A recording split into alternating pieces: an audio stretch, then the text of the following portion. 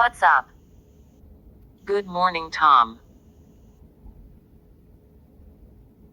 Good morning, Sarah. Where are you? I am at home. What are you doing? I am doing my homework. Number 2. Hi, Steve. Hi Lisa, how are you?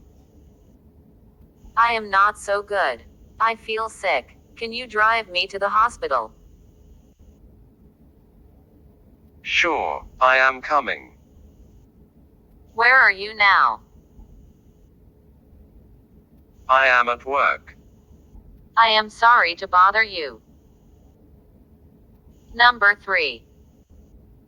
I have no one to help me. I am glad to help you, Lisa. That's very kind of you. The problem is that I can't even move. I am sorry to hear that. I really appreciate it. Don't mention it. I need to call the doctor. To make an appointment. That's right. There's a problem, Steve. I called the doctor, but he's on vacation.